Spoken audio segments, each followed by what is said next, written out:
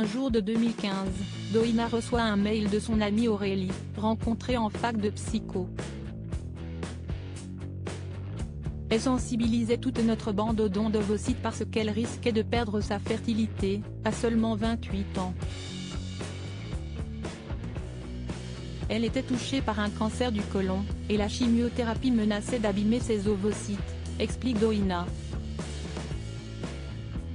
Aurélie, que l'on peut soutenir sur Instagram, @danserdent-blizzard, vient de rencontrer son compagnon. Elle a fait congeler ses gamètes, mais elle veut prévoir un plan B en cas d'échec, le recours au don. Se projeter dans l'après-maladie est pour elle vital. Or, si le Centre d'études et de conservation des œufs et du sperme, CECO, régional dont elle dépend reçoit plus de dons, elle aura forcément plus de chances d'en bénéficier. Doina se renseigne, c'était le seul moyen de lutter contre le sentiment d'impuissance. À l'époque, les conditions du don sont assez restrictives. Pour devenir donneuse, il fallait avoir moins de 38 ans et avoir eu des enfants. J'avais 31 ans et 2 enfants de 2 et 5 ans. Il fallait aussi l'accord du mari.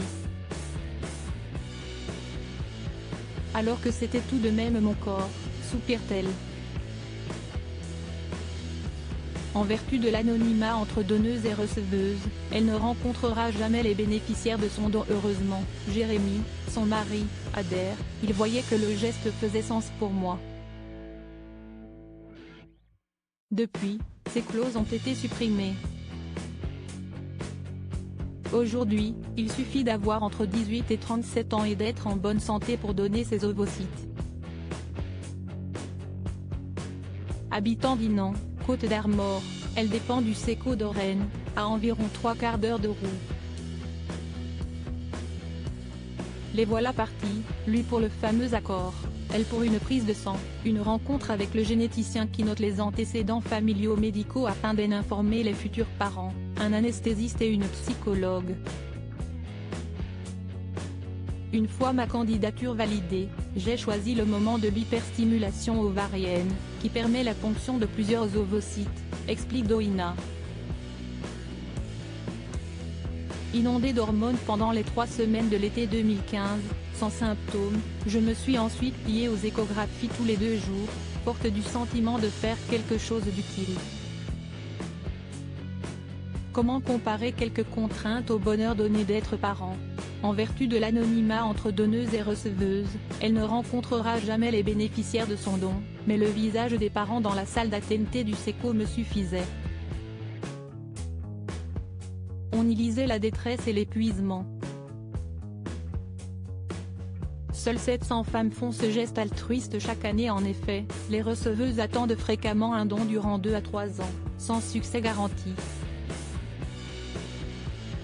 Doina s'est sentie comprise par ses proches, il n'est venu à l'idée de personne que l'enfant né de mon don serait mon enfant. Il s'agit pour moi de solidarité, d'être le maillon d'une chaîne d'humanité, rien d'autre. Le prélèvement sous brève anesthésie générale, dans les locaux du CECO, lui permet de sortir dans la journée, après avoir été traitée comme une princesse, précise Doina. En effet, seules 700 femmes environ font ce geste altruiste chaque année. Les suites ont été plus difficiles parce que, étant très mince, j'ai récupéré moins vite. Mais j'étais très connectée à mon corps comme au sens de mon action. Je n'ai pas regretté un seul instant, précise-t-elle. Aurélie, en rémission, et son mari sont éperdus de reconnaissance, un sentiment que les épreuves à venir vont renforcer.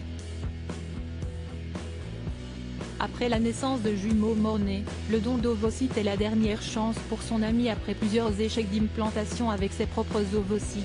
Aurélie est tombée enceinte, mais sa grossesse s'est conclue en avril dernier par la naissance de jumeaux mort-nés.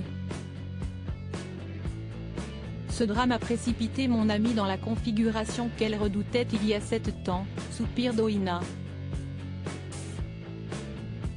Avoir besoin d'un don d'ovocytes. À nouveau, Aurélie a besoin d'augmenter ses chances d'en bénéficier le plus rapidement possible, en trouvant des donneuses. À 38 ans, Doina doit passer le relais et encourage les jeunes femmes à faire ce don magnifique. On est une équipe. Ce sentiment me porte encore.